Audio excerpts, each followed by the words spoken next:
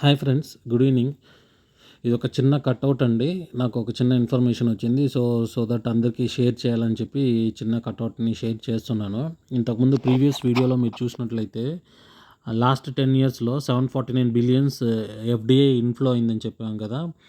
అలాగే so FDI వాళ్ళు India మీద నమ్మకం పెట్టుకొని అంత ఇన్వెస్ట్ చేస్తున్నారు. ఫర్ ఎగ్జాంపుల్, ఇక్కడ ఒక యంగ్ ప్రొఫెషనల్ అండి, 25 ఏజ్లో 5,000 రూపీస్ చొప్పున సేవ్ చేస్తూ 60 ఇయర్స్ గిన చేసినట్లయితే 12% యాన్యువల్ గ్రోత్ గిన అనుకున్నట్లయితే మనం ఇన్వెస్ట్ చేసింది వచ్చి 21 lakhs అవుతుంది.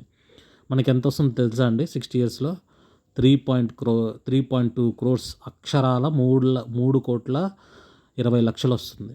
అలాగే సపోజ్ నువ్వు 35 ఏజ్లో స్టార్ట్ చేసావనుకో, 5,000 రూపీస్ చొప్పున అంటిల్ 60 ఇయర్స్కి ఎంత డ్రాప్ అవుతుందో తెలుసా అండి?